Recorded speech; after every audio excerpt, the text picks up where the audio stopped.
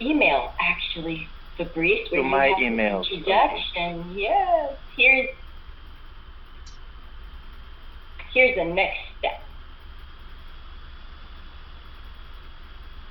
You see, we all get a little discombobulated, but certainly that's understandable when you are the Toastmaster for the very, very first time ever. It gets tough, and but I think it gets better with time. But I was actually happy to see that today we have a speech from Joe. As usual, we always happy to be listening to you, and I was happy when I saw that you were doing one today. And what is it about today? We're talking about the crimes of the Lord Sea. That actually made me think about a book that I read before. Agatha Christie. She's really good at writing good crimes books, novels. But today it's about Joe. And to ever feel unwanted, ever wonder why everyone else around you is getting all the attention while you go around unnoticed? Today, Joshua shares a time in his life where he felt unwanted too with his speech, The Crimes of Lord C. I'm very excited to hear a lot about this. Fellow Toastmasters and guests, I welcome Joshua. Please give him a round of applause when he's coming in. Back in college, there was this parking lot. One specific lot, the parking lot, the place everyone feared. It was a small lot on the extreme south end of campus, nestled between an abandoned mental hospital and the northwest corner of the Cincinnati Zoo, where they keep all the sick elephants. Lot C. Lot C was the cheapest lot on campus, $15 a month, and all you had to do was deal with the 2-mile walk to actual campus and potholes the size of craters. Sounds like a deal, right? For most people, parking in Lot C was like playing Russian roulette with your car. Things will be okay, and then one day you get back from class all discombobulated because window shattered, stereo gone, backpack shredded on the ground in front of you. That sad little flappy piece of glass tint left hanging on the door like it's saying, "They got me, dude, they got me." Park in Lot C long enough and eventually your number would come up in the lottery no one wanted to win. But not me. I was at the University of Cincinnati for 8 years, undergrad, master's degree in the first few years of my professional life, and even though I had parked in Lot C since the beginning, my car had never been touched. Until it was a crime spree. The crime spree to end all crime sprees. We'd all noticed an uptick in the number of smash and grabs, but none of us said anything. We didn't want to tempt fate. It's like we thought the thieves were listening, and if any of us ratted them out, they'd come after us.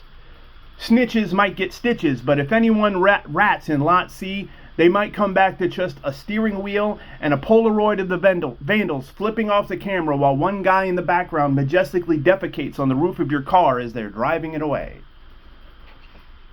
Things got serious, though, when we started getting emails from campus security. They started off normally, noting the rash of recent break-ins, but quickly escalated to admonishments to call if anyone knew anything, concerns about late-night safety, and one final message written in all caps: "Do not park in Lot C if you value either your possessions or your soul." When campus security is worried about your spiritual well-being, you know things are getting real. And I'm reading these emails like, man, that's wild. But I wasn't really worried. Lot C wasn't just my lot, it was my home. Every day for 8 years, rain or shine, even if I was late, I would circle that lot like a vulture with low self-esteem, trying to find just half a spot I could squeeze my dilapidated Ford Contour into. I imagined the ghosts of the mental hospital looking over me like angels, and the elephants in the zoo announcing my arrival and departure every day. Even as the crime spree started and car after car fell victim to vandalism and thievery to the background melodies of constantly trumpeting elephants, my car remained untouched. And at first, I was relieved. I thought, well, I dodged a bullet. But after like the 18th or 19th robbery and my car was still fine, I got offended. I started taking it personally.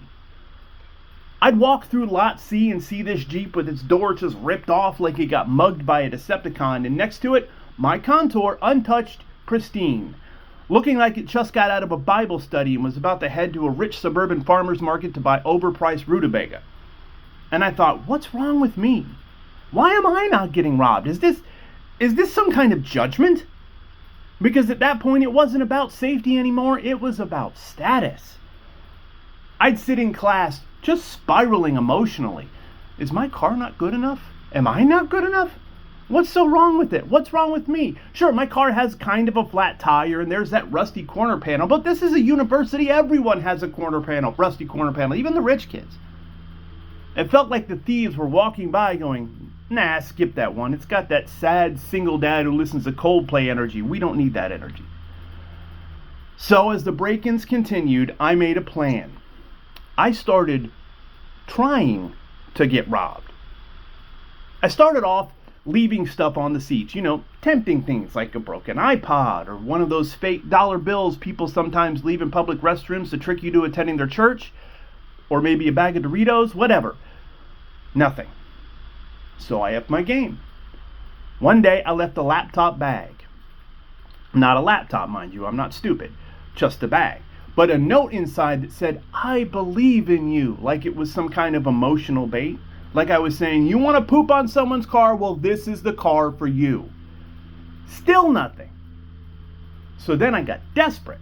I started trying to trick the thieves into thinking I had nice stuff. One day I rolled my windows down part way, just enough to say, come on in, but not really enough to get the seats wet if it rained. Another day I cleaned the car, which was wild because in college, I was about 2 weeks away from the inside of my car becoming an official mobile biohazard site. And then, of course, there was one day I got really desperate and parked diagonally across 4 spaces, like aggressively parking. I figured, this says I'm a jerk. Jerks have nice things. Maybe this will get their attention. Nope. Still nothing. At this point, other people on campus were starting to take notice and suspect that I was in on it. One guy from my math class walked by and said, hey man, I saw your car didn't get hit again. That's cool. That's real cool. Like I was an inside man in some Ocean's 11 style crappy car stealing ring. It got so bad, I started standing near my car at night like bait, like some kind of sad, nerdy Venus flytrap, standing there thinking, wow, I sure hope no one steals my premium cassette to aux adapter. Still nothing. Until one day, finally something happened. I walked out to the lot and saw my car door cracked open just a bit. I froze. I got excited. I walked up to the car, heart pounding, opened the door, and there, sitting on the seat, was a note, written in Sharpie on a Burger King napkin. Dude, clean your car. We thought it had already been robbed. Y'all, the criminals gave me a Yelp review. This was worse than getting robbed. It was like finally getting up the nerve to talk to the pretty girl in high school, the one you've always had a crush on, and then all she does is laugh and say, no. It was devastating. But it was also kind of freeing. I realized my car wasn't unrobbed because it was sad or beneath notice. It was because it had achieved perfect camouflage. I wasn't being ignored. I was transcendent. I was a level of broken, messy, even the criminals couldn't mess with. Sometimes in life, you try your best to stand out, to get picked for attention, for approval, for burglary. But sometimes the real win is being so unbothered, so radically average that even the chaos of life says, nah, we're good. So remember, if the world overlooks you, it might just be because you left Doritos in your car for 6 weeks and your iPod only plays that one Nickelback song over and over. And that's okay. Because at the end of the day, at least you still have your windows. Thank you.